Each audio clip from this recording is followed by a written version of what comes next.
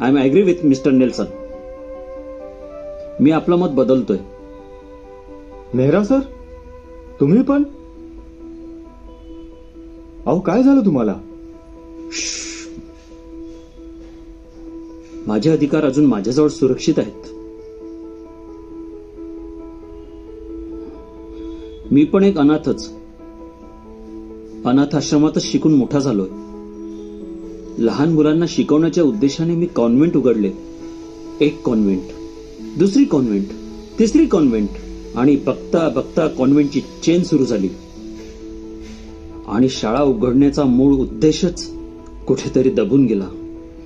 या धावपळीत शिक्षणाचा व्यापार कसा झाला हे समजलंच नाही. खरंय, अगदी खरंय. युरोपमध्ये कॉन्व्हेंट म्हणजे अनाथ मुलांचा आश्रम, आणि भारतात प्रचार प्रसार करून, प्रलोभन देऊन आपल्याच मुलांना अनाथ नसताना सुद्धा कॉन्व्हेंटमध्ये येण्यास आम्ही भाग पाडतो. चूक झाली. माझ्याकडून खूप खूप मोठी चूक झाली.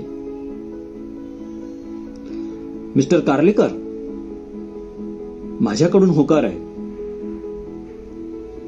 मी हो म्हणतोय.